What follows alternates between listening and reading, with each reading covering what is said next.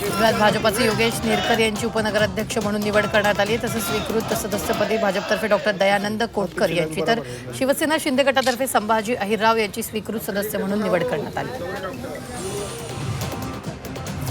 इंदापूरच्या भिगवण शहरात चोरट्यानं दुचाकीची चोरी केली। चोरीची संपूर्ण घटना सीसीटीव्हीत चित्रित झाली आहे। दरम्यान या प्रकरणी पोलीस ठाण्यात गुन्हा दाखल करण्यात आला। सांगली महापालिका निवडणुकीसाठी वंचित बहुजन आघाडीचे प्रकाश आंबेडकर आणि राष्ट्रीय समाज पक्षाचे महादेव जानकर यांची संयुक्त सभा पार पडली। जळगावमध्ये महायुतीच्या वतीनं भव्य रोड शोचं आयोजन करण्यात आलं। मात्र या रोड शोकडे भाजपच्या महत्त्वाच्या नेत्यांनी पाठ फिरवल्याचं चित्र पाहायला मिळालं।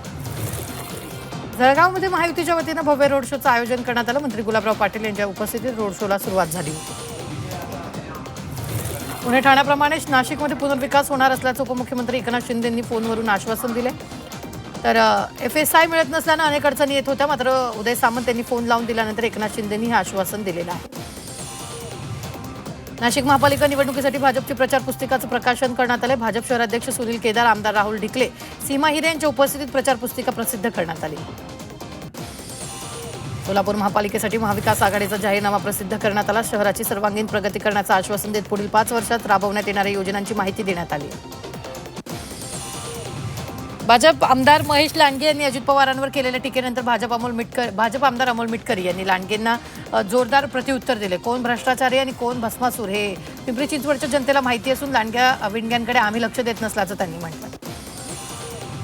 इलानगर महानगरपालिका निवडणुकीसाठी मुख्यमंत्री देवेंद्र फडणवीस यांच्या सभेचं आयोजन करण्यात आलं। शहराच्या 492 कोटी रुपये खर्चाच्या सुधारित पाणी योजनेला 1 महिन्यात मान्यता देण्याचं आश्वासन मुख्यमंत्री फडणवीस यांनी दिलं। नाशिक महानगरपालिकेच्या पार्श्वभूमीवर पहिल्यांदाच नाशिकच्या अनंत कानारे मैदानात उद्या उद्धव ठाकरे आणि राज ठाकरे यांची एकत्रित जाहीर सभा होते। या सभेची जय्यत तयारी सुरू असून ठाकरेंच्या शिवसेनेकडून आणि मनसैनिकांकडून मोठ्या प्रमाणात नियोजन करण्यात आलं।